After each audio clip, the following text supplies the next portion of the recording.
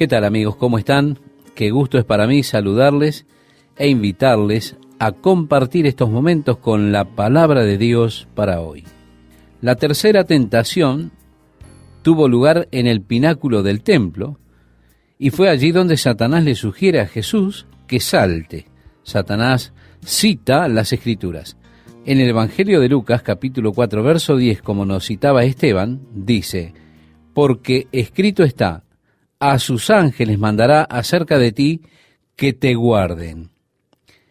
Mire, él deja fuera una parte importante de este pasaje bíblico. Para que te guarden en todos tus caminos. Así que Satanás cita solamente la mitad de esta escritura. Es un maestro haciendo esto. A sus ángeles mandará acerca de ti, es lo que él dijo. Pero continúa diciendo, y en las manos te sostendrán, para que no tropieces con tu pie en piedra. Si eres el Hijo de Dios, en otras palabras, adelante, salta. La idea era que al saltar desde el alto pináculo del templo y aterrizar ante esa multitud allí abajo, completamente, sin daño alguno, un suave aterrizaje, la gente por medio de esa espectacular demostración de poder seguramente conocerían que él era el Mesías y se asombrarían de él. Pero respondiendo Jesús le dijo, dicho está, no tentarás al Señor tu Dios. No tiene que ponerse deliberadamente en riesgo usted mismo para probar nada. Jesús no necesita probar que Él es el Hijo de Dios, poniendo su vida deliberadamente en riesgo al saltar del pináculo del templo para crear así una escena espectacular ante la multitud congregada allí abajo, sostenido por medio de los ángeles para que así no golpease su pie en piedra. Así que no es correcto el simplemente tomar la Escritura y decir, bueno, si dice que beberán cualquier cosa mortífera y no les dañará, entonces beba cianuro y demuestre que es un verdadero creyente. No, eso es tentar al Señor nuestro Dios. Amable oyente, sé de misioneros que han sido mordidos por serpientes venenosas sin ningún daño en absoluto. Sé de misioneros que bebieron agua empantanada y venenosa por causa de su intenso sufrimiento de malaria y la sed que tenían, bebieron algo, pusieron un junco a modo de sorbito en esa agua empantanada y la bebieron, pero no tuvieron daño alguno. Ahora, para usted el simple hecho de ponerse deliberadamente en riesgo a usted mismo está manifiestamente equivocado. ¿Por qué? Porque eso es tentar al Señor nuestro Dios. El versículo 13 nos dice, y cuando el diablo hubo acabado toda tentación, se apartó de él por un tiempo. Él regresó, pero por un tiempo le dejó. El verso 14 nos dice, y Jesús volvió en el poder del Espíritu a Galilea. Ahora él comenzó en el capítulo 4 lleno del Espíritu Santo, siendo guiado de él. Ahora está retornando en el poder del Espíritu Santo. De modo que es la obra del Espíritu Santo en la vida de Jesús, guiándole, llenándole, potenciándole, siendo guiado de él, siendo potenciado por medio del Espíritu Santo. El apóstol Pablo dijo, no os embriaguéis de vino, en lo cual hay disolución. Antes bien, sed llenos del Espíritu. Esto lo encontramos, amable oyente, en la carta a los Efesios, capítulo 5, verso 18.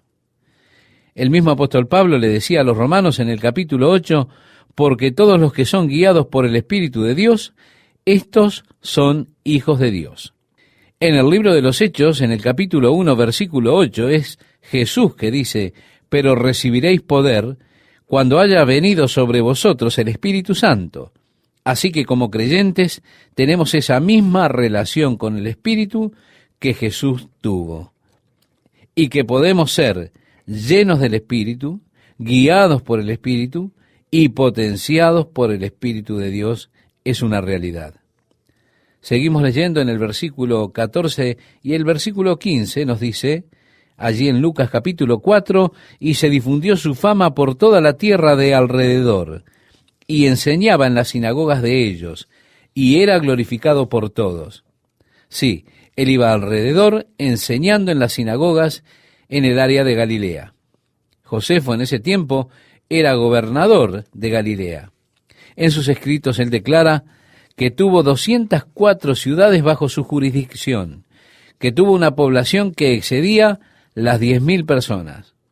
Así que en el tiempo que Jesús estuvo ministrando en Galilea, era una zona muy populosa, quizá tanto como 3 millones de personas viviendo allí en Galilea durante la época del ministerio de Jesús. Hay probablemente menos de 500.000 de personas en la región de Galilea al día de hoy. Bien, él ahora retornó a Nazaret, donde él había vivido, donde él creció. Él pasó hasta los 30 años en Nazaret, donde él fue conocido como el hijo del carpintero y fue bien conocido por su pueblo.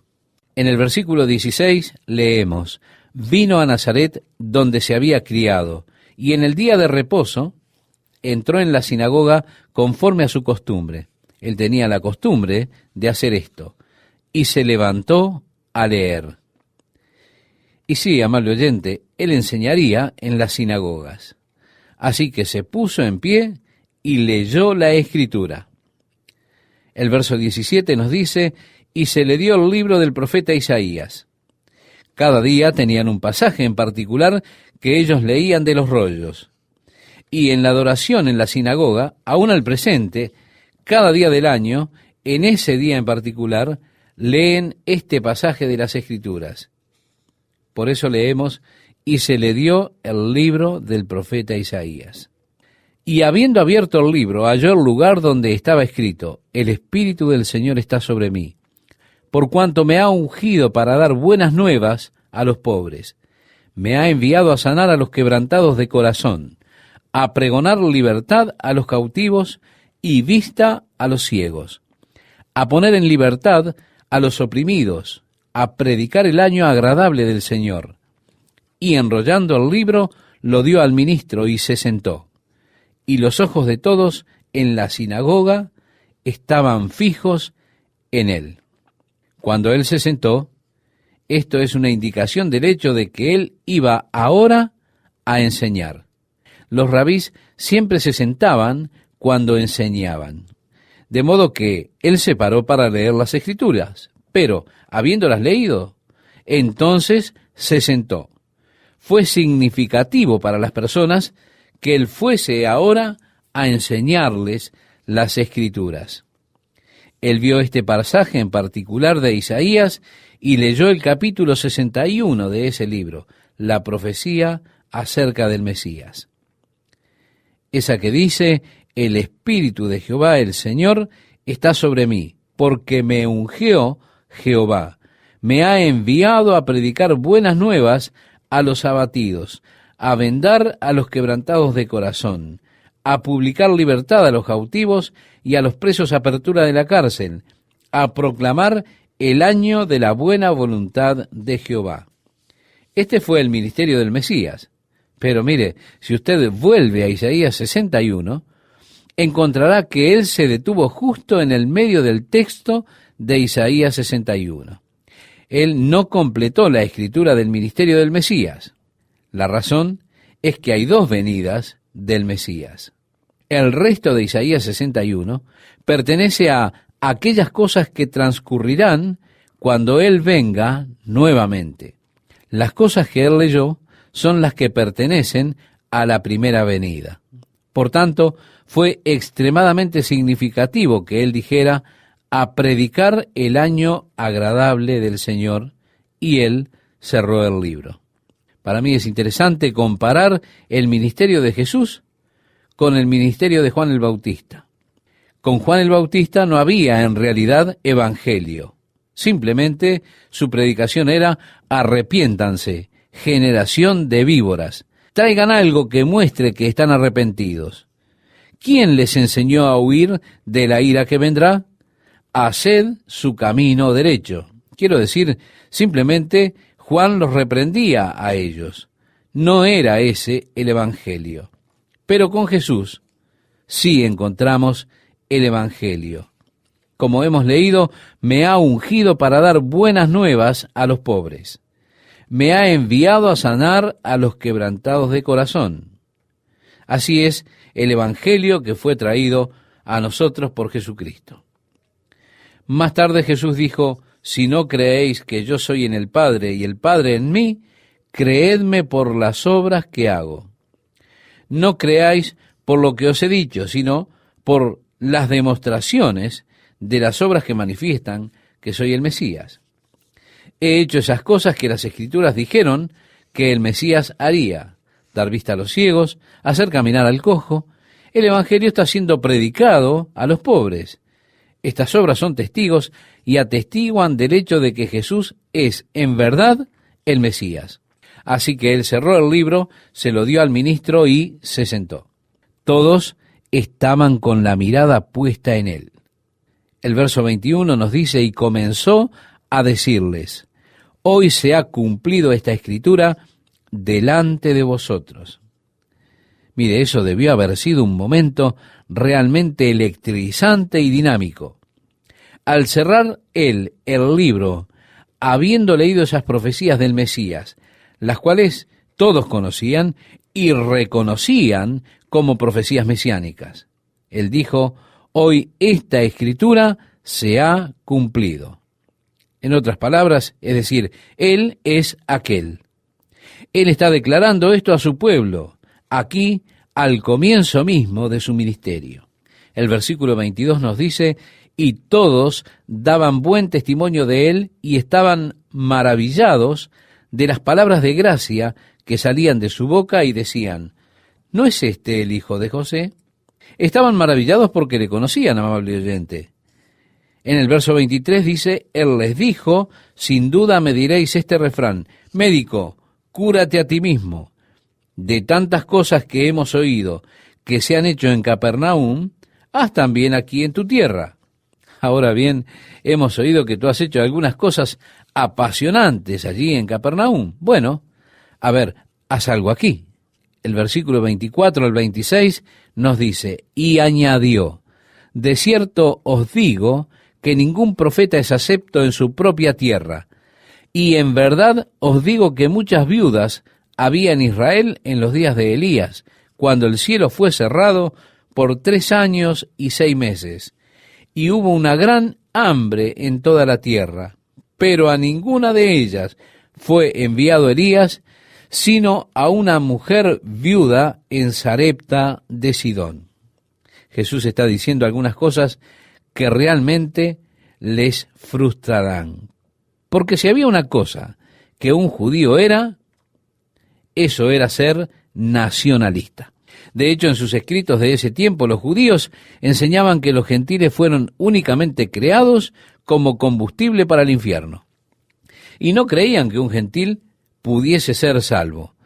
Ellos decían, nosotros somos los hijos de Abraham. Existía este fuerte sentimiento nacionalista, sintiendo que la salvación era algo únicamente para los judíos y que todos los demás estaban excluidos.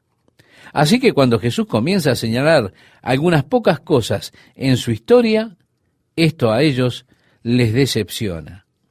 Bien, en el tiempo de Eliseo, cuando había esta hambruna como resultado de la sequía de 3 años y medio, hubo una viuda que fue sustentada durante la misma por el profeta Eliseo.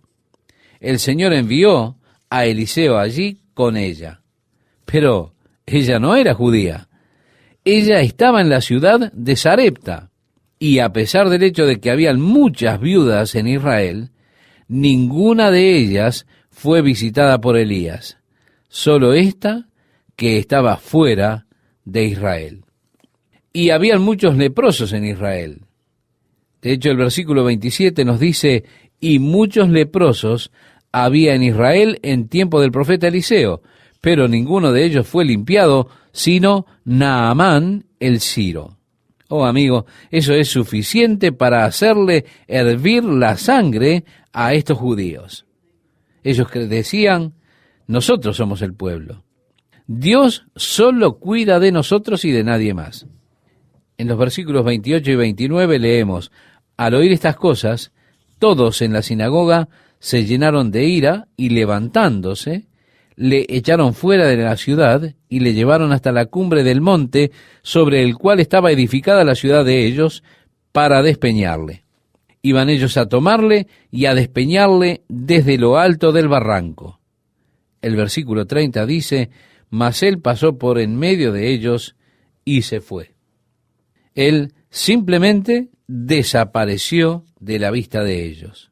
El versículo 31 nos dice, descendió Jesús a Capernaum, ciudad de Galilea, y les enseñaba en los días de reposo, y se admiraban de su doctrina, porque su palabra era con autoridad. Bien, nadie hablaba con autoridad en aquellos días.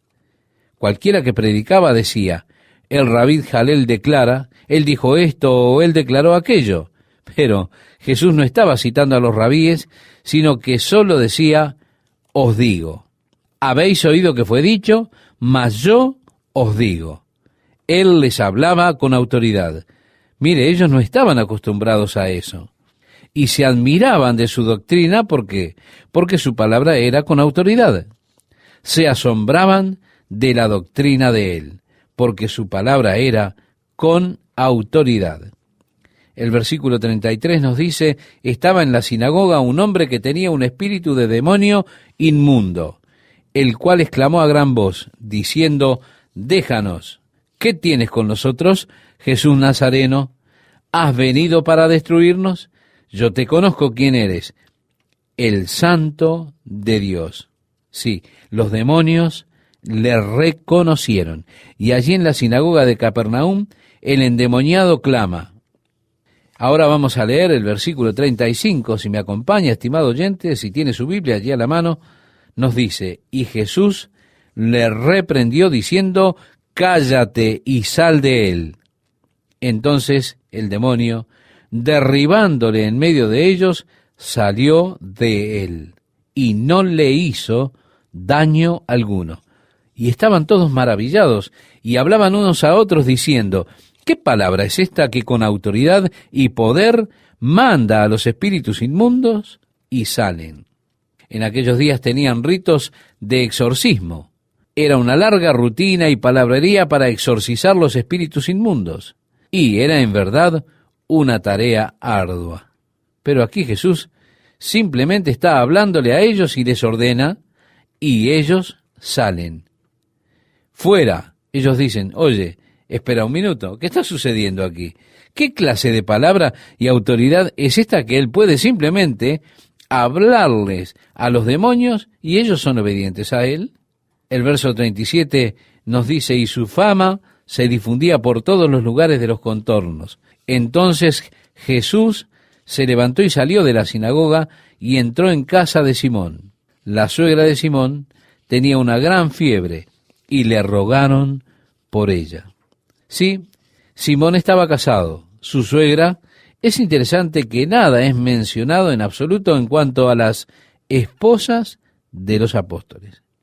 Y porque nada se menciona de ellas, es que no podemos inferir nada. La Escritura mantiene silencio en este tema y nosotros debemos guardar silencio.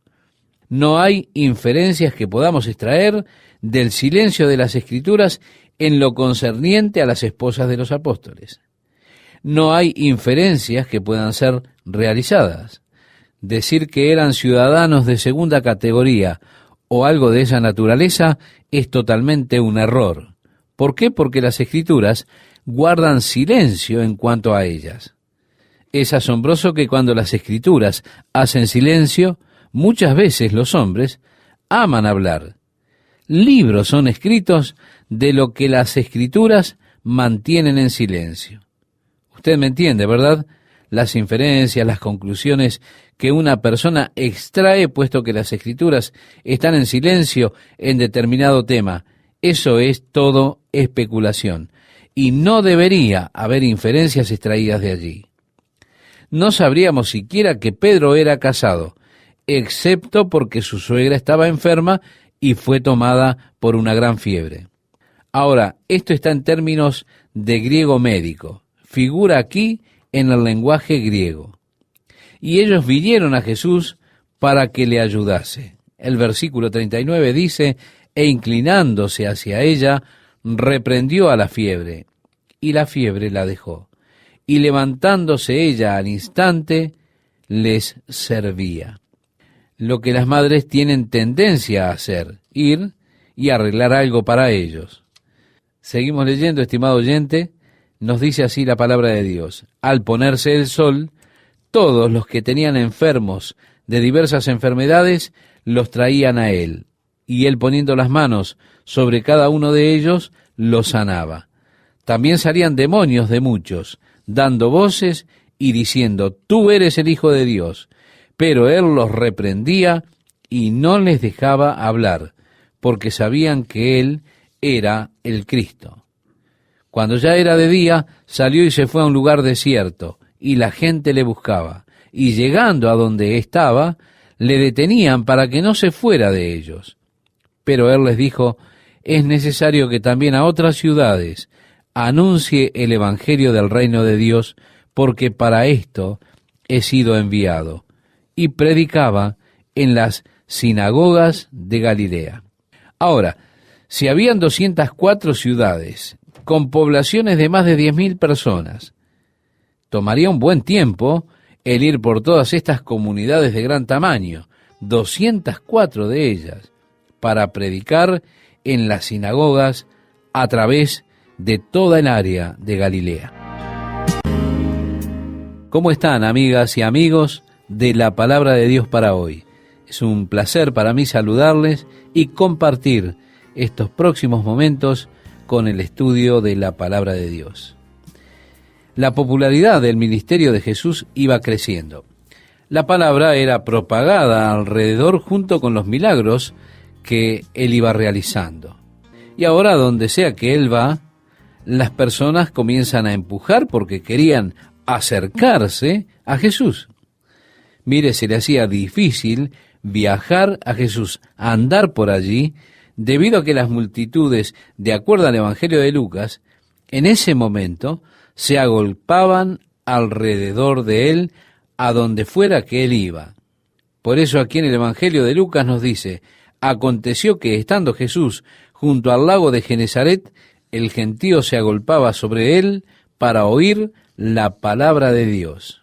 Esto para mí siempre es una situación realmente muy emocionante, cuando las personas se agolpan para oír la palabra de Dios. Cuando esto se vuelve una prioridad en la vida de las personas, oír la palabra de Dios. Ellos se agolpaban para oír, pero, nos dice el versículo 1, estando Jesús junto al lago de Genesaret, también conocido como el mar de Tiberías o como el mar de Galilea. Y cuando usted habla acerca del mar, de alguna forma en la mente usted tiene una visión de agua salada, pero el lago de Genesaret es para mí más que un lago o un mar. No es agua salada, sino que es agua fresca, agua potable, y todavía es conocido como mar de Galilea o lago de Genesaret. Desde el verso 2 nos dice Lucas, y vio 2 barcas que estaban cerca de la orilla del lago, y los pescadores, habiendo descendido de ellas, lavaban sus redes. Y entrando en una de aquellas barcas, la cual era de Simón, le rogó que la apartase de tierra un poco, y sentándose, enseñaba desde la barca a la multitud. Esto lo hacía, estimado oyente, de forma de escapar un poco a la multitud que lo estaba empujando. Él utilizó la barca de Simón, entró en ella y dijo, aléjate un poco de la orilla, de manera que él así podía enseñar a las personas sin que ellos lo empujaran tanto, y para que él no perdiera de vista a los que estaban más atrás.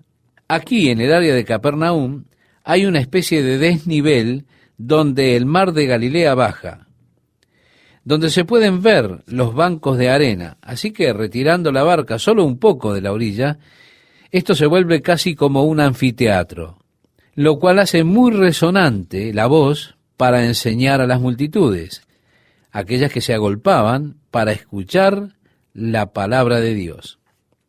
El versículo 4 dice, cuando terminó de hablar, dijo a Simón, boga mar adentro y echad vuestras redes para pescar.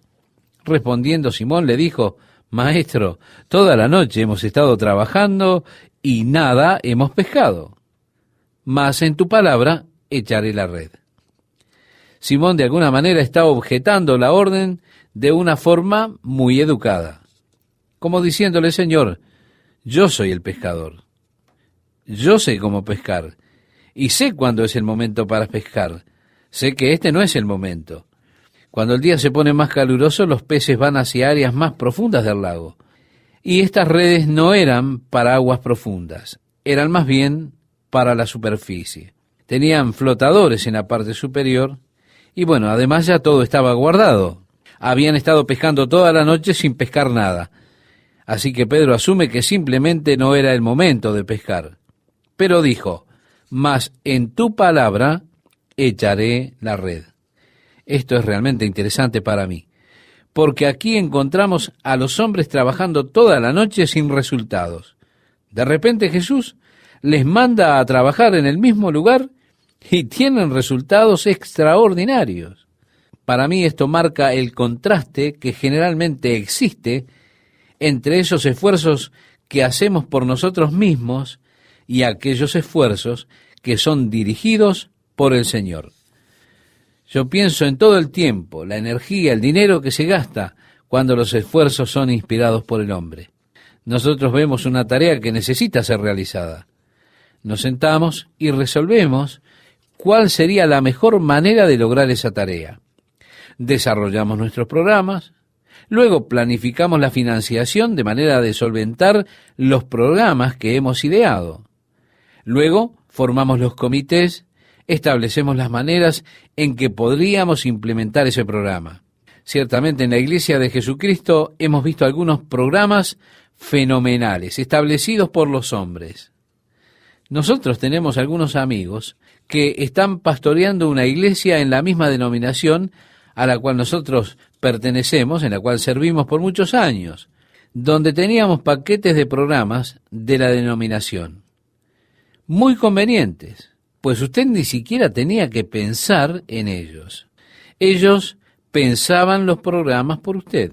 Todo lo que usted debía hacer era armar su comité e inaugurarlo. Por supuesto, cada año usted obtenía 2 de esos programas. Teníamos el programa de primavera, luego teníamos un programa de verano. Ellos tenían todo calculado. Entonces usted tomaba una guía telefónica, cada persona utilizaba una hoja de la guía telefónica y llamaban a cada persona de la página invitándole a la iglesia. También había una persona por allí que llamaba a todos los que llamaban a las personas para asegurarse de que ellas están en verdad llamando a las personas asignadas para cada uno.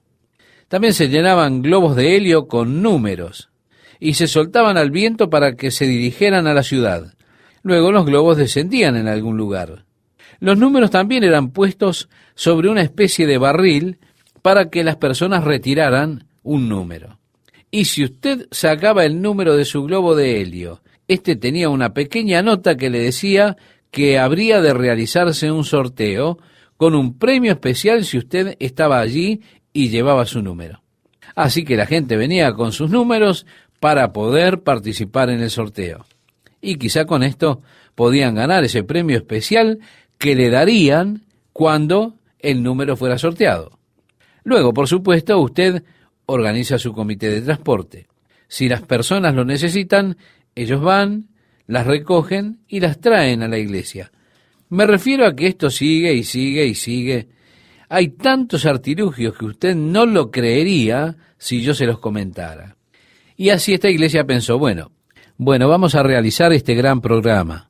6 meses después yo estaba hablando con los pastores y les dije, bien, ya han pasado 6 meses desde que terminó el programa.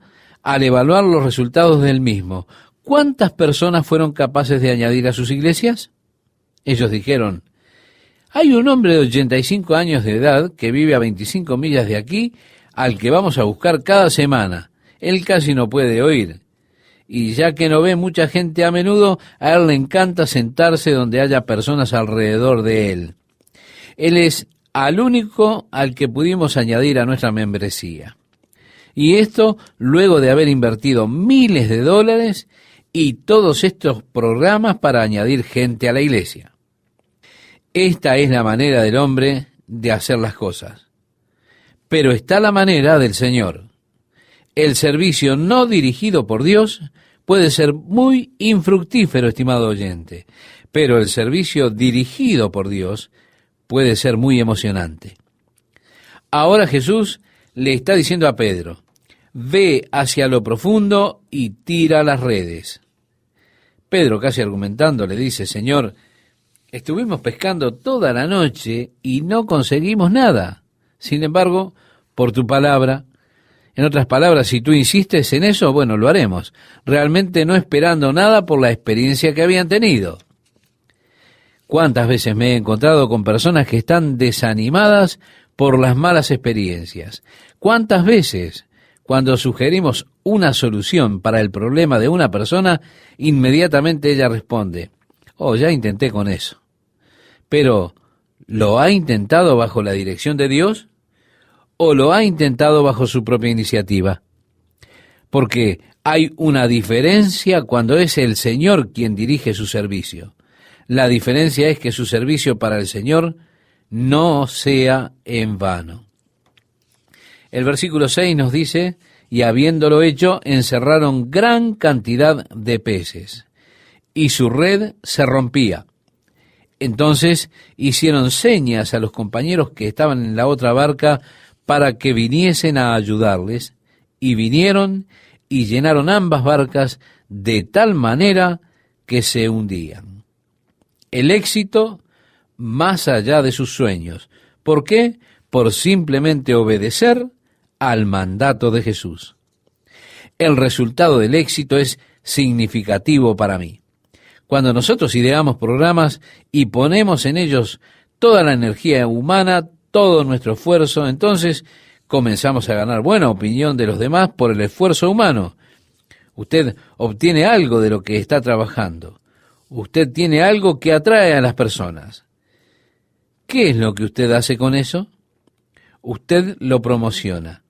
Usted comienza a llevarlo a otros lugares. Desarrolla seminarios acerca de su éxito. Invita a otros a venir y a aprender cómo atrapar el señuelo, cómo hacer su carnada más atractiva para poder recoger más peces. Pero cuando es el Señor que hace el trabajo, en lugar de desarrollar sus seminarios de éxito y jactarse de lo que ha logrado, como Pedro deberíamos caer de rodillas ante Jesús y decir, Señor, no soy digno, apártate de mí, Señor, que soy hombre pecador. De repente usted toma conciencia del trabajo de Dios. Usted toma conciencia del poder y de la presencia de Dios. Eso es siempre una experiencia que nos humilla.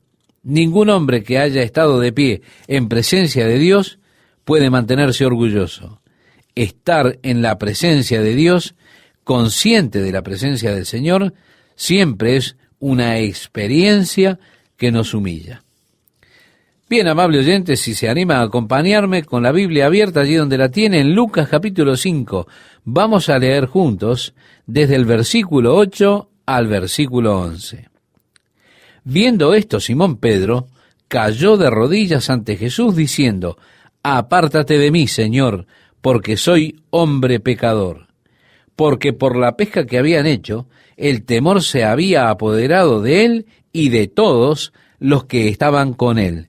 Y asimismo de Jacobo y Juan, hijos de Zebedeo, que eran compañeros de Simón.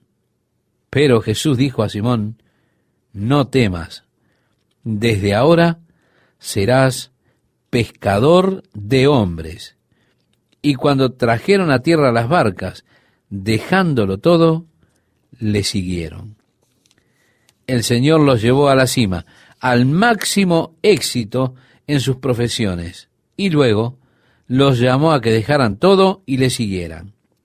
Sus pequeñas barcas yendo a la orilla con sobrepeso por la carga de peces, el sueño de todo pescador galileo. Y a partir de ese punto de éxito, el Señor les dice, desde ahora serán pescadores de hombres. Y ellos dejaron todo para seguir a Jesús. Mire, amable oyente, en los otros evangelios no se nos da el trasfondo del llamado de Pedro y de Juan. Y aparece en los otros evangelios que Jesús estaba caminando junto al mar de Galilea y vio unos pescadores remendando sus redes y dijo, ven, toma tu cruz y sígueme. O, ven, deja tus redes y sígueme. Y ellos dejaron sus redes y siguieron a Jesús sin siquiera conocerlo o haberlo visto. Esto no es así como así. Estos hombres ya habían experimentado al Señor. Ellos lo conocían. Ahora Él los está llamando a un total compromiso en seguirle. En el versículo 12 nos dice, sucedió que estando Él en una de las ciudades, se presentó un hombre lleno de lepra, el cual viendo a Jesús, se postró con el rostro en tierra y le rogó diciendo, Señor, si quieres, puedes limpiarme. Entonces, extendiendo él la mano, le tocó diciendo, quiero, sé limpio.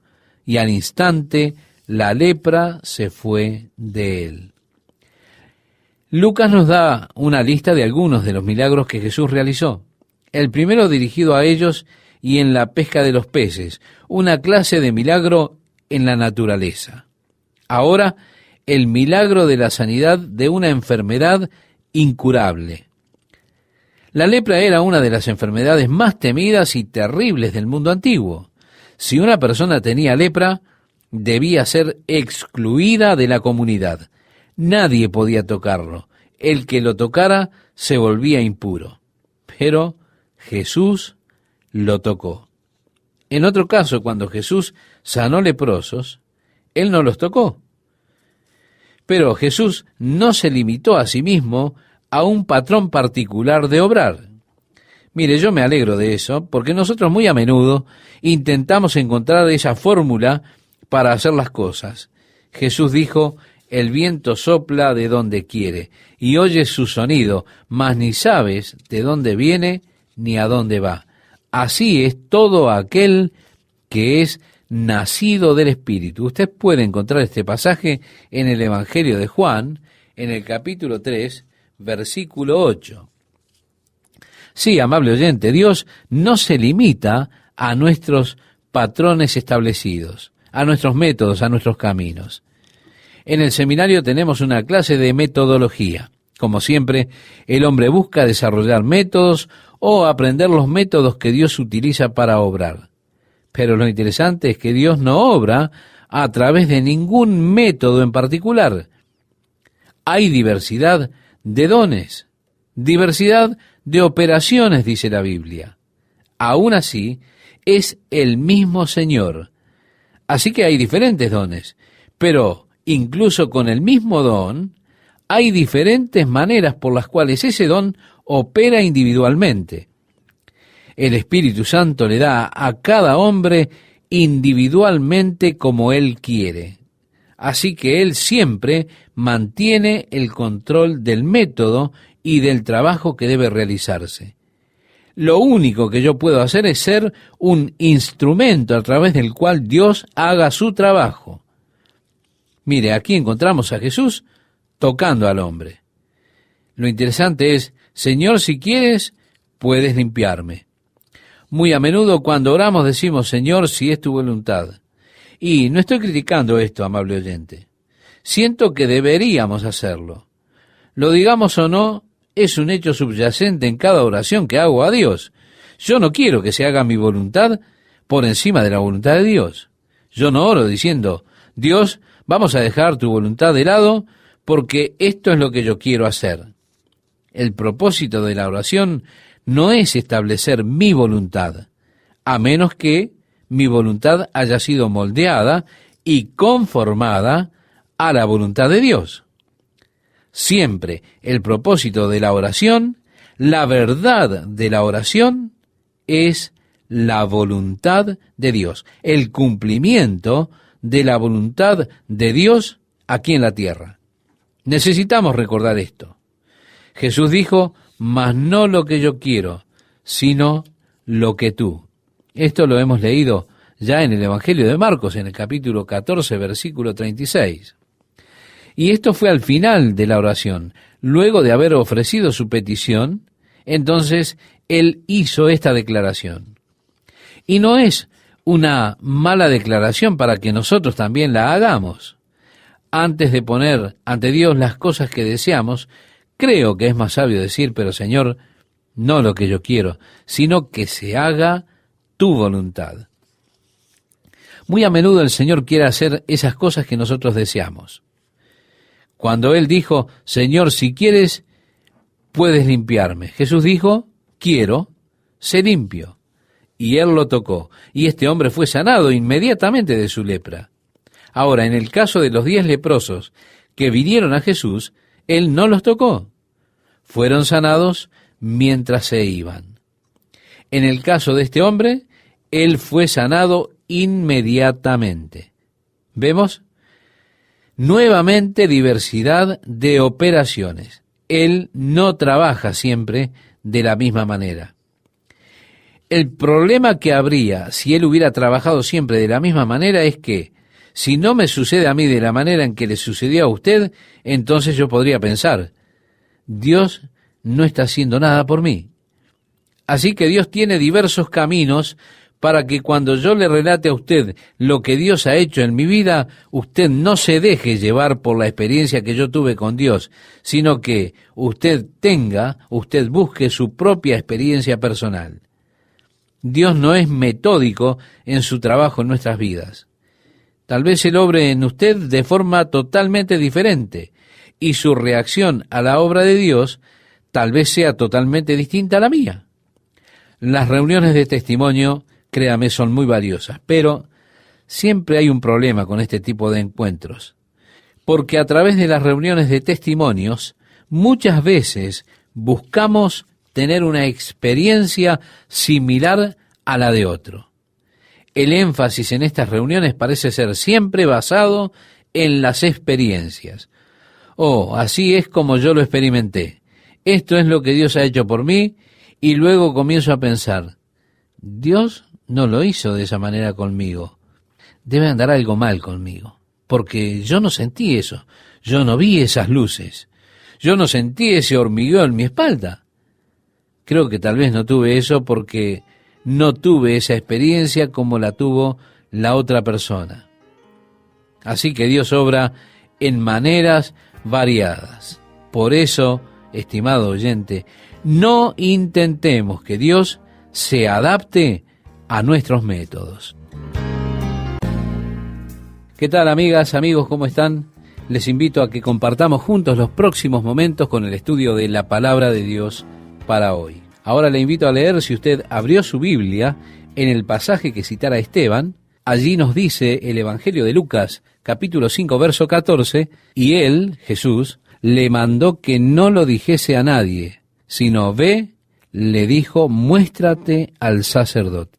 Algo maravilloso sobre la ley de Dios en el libro de Levítico es que Dios en la ley proveyó el modo por el cual una persona con una enfermedad incurable podía ser devuelta a la sociedad y al compañerismo en la adoración de Dios cuando fuese curada de dicha enfermedad.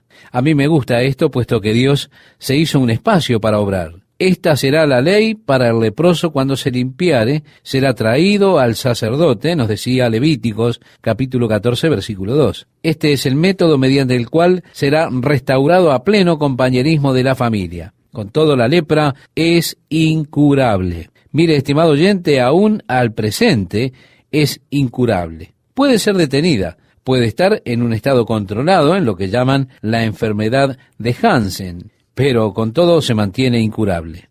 Era incurable en ese entonces. Y con todo, Dios hizo provisión para que él pudiese trabajar soberanamente aún en situaciones incurables. Dios, reitero, siempre se deja lugar para poner en marcha sus más altas leyes que sobrepasan a las leyes naturales que conocemos.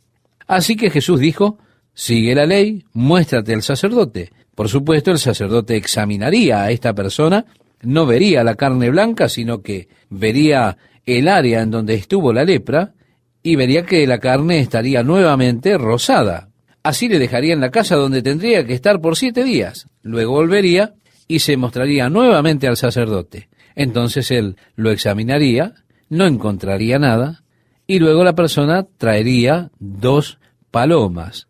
Una sería matada, la sangre esparcida con agua en un tazón grande, y la segunda paloma sería tomada, sería sumergida en la sangre, y sería dejada libre. La segunda paloma volaría con el agua sangrienta escurriéndose de sus alas, y al despegar sería un símbolo de que la enfermedad ha sido tomada del hombre, y él ahora está en plena restauración a la comunidad. ¿Puede imaginar las emociones que un leproso habrá tenido cuando vio la paloma volar y de repente se da cuenta de que estaba restaurado nuevamente a pleno a la sociedad? Él estaba desesperanzadamente apartado. ¿Debido a qué? Debido a esta enfermedad que es realmente asquerosa e incurable. Con todo, él siempre sabría que Dios había obrado aquello. Así que Jesús le dijo: ve, haz lo que la ley te dice que hagas, muéstrate al sacerdote. Pero Jesús no pudo esconderse. Más y más personas estaban oyendo de los milagros que él realizaba. Las multitudes venían y se agolpaban sobre él. Él las sanaba y ellas venían para ser sanadas de sus dolencias. En el versículo 16 leemos: mas él se apartaba a lugares desiertos y oraba. Como fue señalado en programas anteriores, cuando estábamos estudiando en el Evangelio de Lucas la humanidad de Jesús, esto es lo que Lucas quiere enfatizar. Él quiere mostrar el Hijo del Hombre, es decir, su lado humano. Y porque este es el énfasis particular del Evangelio de Lucas, él hace más mención a la vida de oración de Cristo que cualquier otro evangelio. Es Lucas quien nos da una perspectiva de la vida de oración de Jesús, nuestro Señor. Ahora, todo lo que puedo decir es, si Jesús, como Hijo de Dios, sintió la necesidad de orar, ¿qué cree usted de usted mismo, querido oyente? Tal vez piensa que puede estar sin oración, pero si él, siendo el Hijo de Dios, sintió que era una parte tan necesaria en su vida, seguramente nosotros debemos entender que es una parte muy necesaria de nuestras vidas. El versículo 17 dice: aconteció un día que él estaba enseñando, y estaban sentados los fariseos y doctores de la ley, los cuales habían venido de todas las aldeas de Galilea y de Judea y Jerusalén. Mire, me gusta esto. Dice: y el poder del Señor estaba con él para sanar. Jesús ha comenzado a atraer la atención de una multitud hostil. Los fariseos, los doctores de la ley, ellos venían de Jerusalén hasta Galilea porque habían oído de él. Y el propósito de ellos al venir fue ser más críticos de él que de aceptarlo. Aquí hay un movimiento naciente, un movimiento espiritual en medio del pueblo. Ellos estaban en una posición bien cómoda como líderes religiosos, pero aquí tenían una amenaza para ellos. Entonces ellos tienen que venir y escuchar cuidadosamente, examinar todo de modo que pudieran contradecirle y mostrar dónde estaba la falla. ¿Para qué? Para disipar cualquier idea de que este hombre pudiese ser verdaderamente de Dios y posiblemente fuera el Mesías. Pero mientras ellos estaban allí, el poder del Señor estaba presente para sanar. El versículo 18 nos dice: y sucedió que unos hombres que traían en un lecho a un hombre que estaba paralítico, procuraban llevarle adentro y ponerle delante de él, pero no hallando cómo hacerlo a causa de la multitud, subieron encima de la casa y por el tejado le bajaron con el lecho, poniéndole en medio delante de Jesús. Usted puede imaginarse la escena, ¿verdad? Jesús sentado allí en la casa, la gente que se reúne en torno a él. Ahora de pronto se escucha un ruido que proviene del techo. Las losas comienzan a ser quitadas y las cuerdas aparecen. Y aquí está este hombre siendo bajado enfrente de Jesús. Estos hombres eran realmente ingeniosos, ¿verdad? Yo los admiro, realmente que sí. Tienen determinación. Ellos tienen un amigo y quieren ayudarle. Están determinados a ayudarle. Ahora, yo le digo, estas son las clases de compañeros que usted necesita. Así que vienen con él a la casa, cargándole en su cama. No pueden entrar, pero eso a ellos no los va a detener. Así que lo ponen, y es una muy buena ubicación para ponerle enfrente mismo de Jesús. El verso 20 dice, al ver él la fe de ellos, no la fe del hombre que fue bajado, sino la fe de sus amigos que le trajeron. Por eso digo, es bueno estar rodeado por amigos que creen. Y él, Jesús, vio la fe de ellos. El verso 20, leemos, le dijo, hombre, tus pecados te son perdonados. Ahora me imagino a estos hombres sobre el techo diciendo, no, no, no, Señor, eso no es lo que queremos. Lo que queremos nosotros es que camine hasta su hogar. Con frecuencia en sus mentes la enfermedad se relacionaba con el pecado. ¿Se acuerda usted cuando los discípulos estaban con Jesús y vieron al ciego? Dijeron, Señor, ¿quién pecó para que este hombre haya nacido ciego? Ellos creían también en pecados prenatales. Mientras usted estaba en el vientre de su madre, usted podría haber pecado. Yo no sé cómo, pero ellos creían que usted sí podía hacerlo. ¿Fueron sus padres o fue él quien pecó?, preguntaron los discípulos. ¿Cometió pecado en el vientre de su madre para que naciese ciego o fueron sus padres los que pecaron? Jesús dijo, no, no. Este hombre, él en verdad no respondió porque nació ciego. Él simplemente dijo, para que sea Dios glorificado. Tengo que hacer las obras de Dios mientras estoy con vosotros. Él sanó al hombre. Él nunca les dijo por qué es que había nacido ciego. La gente malinterpretó este dicho. Bueno, él nació ciego para que la gloria de Dios fuese revelada. No, Jesús simplemente dijo que él debía trabajar para glorificar a Dios y por lo tanto, él sanó al hombre. Él nunca respondió la pregunta, excepto que afirmó que ni él ni sus padres habían pecado. Él afirmó que no fueron sus pecados, pero ellos con frecuencia asociaban la enfermedad al pecado. Y nosotros no nos hemos divorciado de ello completamente aún. Es trágico que cuando vemos a una persona que está sufriendo, digamos, y debes haber hecho algo verdaderamente mal. Mire, estábamos pastoreando una iglesia en Tucson, años atrás. Uno de los hermanos en la iglesia se paró y dijo, por favor, ¿podrían orar por mi esposa esta noche? Que Dios le ayude a confesar cualquier pecado que ella haya cometido. Ha estado enferma por más de un mes. Así que esa idea de que de algún modo la enfermedad está relacionada al pecado no está completamente divorciada de las mentes de las personas al día de hoy. Pero mire, esto es extremadamente equivocado y cruel. Decirle a alguien, bueno, si tuviese la suficiente fe, todo estaría bien. Estuve hablando con Joni Eareckson y ella estaba hablando de que una de las cosas más difíciles en cuanto a su condición es que hay muchas personas que piensan que tienen una unción especial para que ella se sane. Esos evangelistas o lo que sea que han venido y ponen sus manos sobre ella y luego dicen, y ahora levántate. Bueno, después de un tiempo dicen, si solo tuvieses la suficiente fe, podrías salir de esa silla de ruedas. Y ese es uno de los problemas más difíciles que ella enfrenta con su condición. Esto es realmente cruel. Le causa una gran incomodidad. Ya está ella en una situación difícil y eso lo único que hace es incrementar sus penurias, haciéndole sentir a una persona culpable porque está en la condición en que está. Puesto que seguramente ha hecho algo malo o porque no tiene la suficiente fe como para cambiar esa condición. Mire, algunas de las más grandes personas santas de Dios han tenido grandes dolencias físicas. Y de hecho, fue la dolencia física que creó ese profundo carácter y esa profundidad en su caminar y en su relación con el Señor. Jesús tuvo cuidado de las cosas más importantes primero. Usted me entiende, ¿verdad?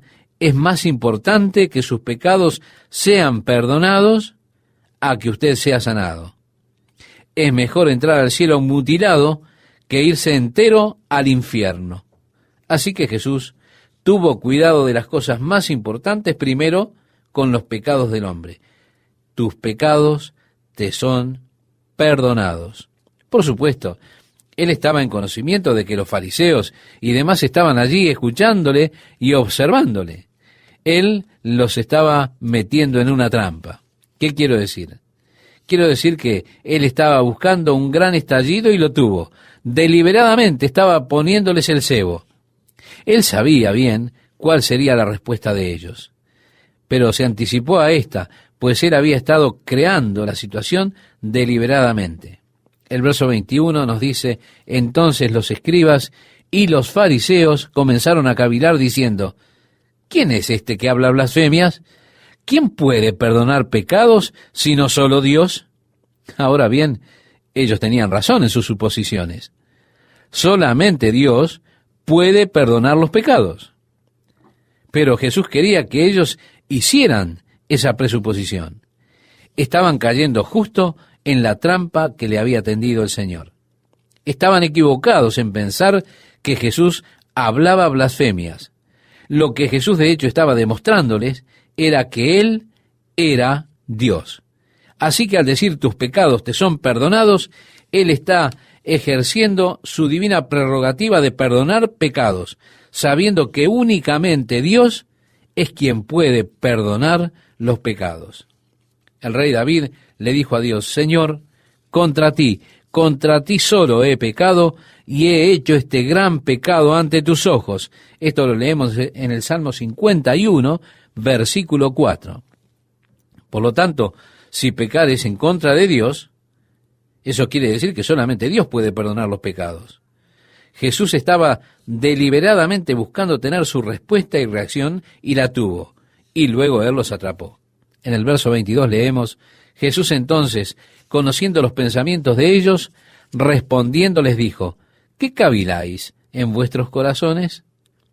¿Qué es más fácil decir: tus pecados te son perdonados? ¿O decir: levántate y anda? Bueno, yo pienso sería fácil decir: tus pecados te son perdonados. Si usted dice: sus pecados le son perdonados, ¿quién puede mirar en el corazón de un hombre y ver si realmente esto fue hecho? Usted puede decir eso, pero ¿cómo sabe usted que realmente eso sucedió? ¿Cómo puede probar que los pecados fueron verdaderamente perdonados? ¿Cómo puede probar que sus palabras realmente tienen autoridad? Usted no lo puede probar. No hay nada que usted pueda ver que pueda probar la autoridad de ello. Sin embargo, si usted le dice a un hombre que es paralítico: levántate y anda, es muy fácil ver rápidamente cuánta autoridad tiene usted en sus palabras. Así que Jesús les dijo: pues para que sepáis que el Hijo del Hombre tiene potestad en la tierra para perdonar pecados, dijo al paralítico: a ti te digo, levántate, toma tu lecho y vete a tu casa. Al instante, levantándose en presencia de ellos y tomando el lecho en que estaba acostado, se fue a su casa glorificando a Dios. Y todos, sobrecogidos de asombro, glorificaban a Dios y llenos de temor decían: hoy hemos visto maravillas. Bien, Jesús estuvo aquí demostrándoles su divinidad, haciéndolo en un modo muy inteligente, diciendo primero al hombre: tus pecados te son perdonados, creando así esa respuesta. ¿Cómo puedes hacer eso? Únicamente Dios puede hacerlo. Solo Dios tiene autoridad para perdonar pecados. Por tanto, al mostrar que su palabra tenía autoridad, le dijo: levántate y anda. Y allí Él está demostrándoles a ellos que Él es Dios. El versículo 27 dice: después de estas cosas salió y vio a un publicano. Mire, estimado oyente, un publicano era un recaudador de impuestos. El gobierno romano aforaba un área con un cierto aforo y luego subastaban el trabajo del recaudador de impuestos. El recaudador únicamente tenía que pagarle al gobierno romano ese aforo. Cualquier cosa que él colectara por encima del aforo eso era de él. Así que estaban constantemente buscando cosas para gravar al pueblo, constantemente grabando a las personas, poniendo impuestos sobre ellos por muchas cosas. De hecho, usted tenía que pagar por estar vivo bajo el gobierno romano. Ellos tenían el 10% del fruto de su cultivo y el 20% del aceite o del vino que usted produjera. Ellos tenían impuestos para todo. ¿Usted piensa que su gobierno es un vividor? Todo lo que ellos tendrían que hacer es leer lo que el gobierno romano grababa, y nos darían ganas de llorar más de lo que lo hacemos ahora. Las personas en aquellos días calificaban a los recolectores de impuestos como asesinos o ladrones. De hecho, era extremadamente raro encontrar un recaudador que fuera honesto. Ellos eran notoriamente deshonestos. De hecho, había un monumento que se levantó. Se encontraron registros y un monumento aclamando a un hombre porque era un recaudador de impuestos honesto. Y pienso, el único en todo el Imperio Romano. Tanto que le tuvieron que hacer un monumento especial.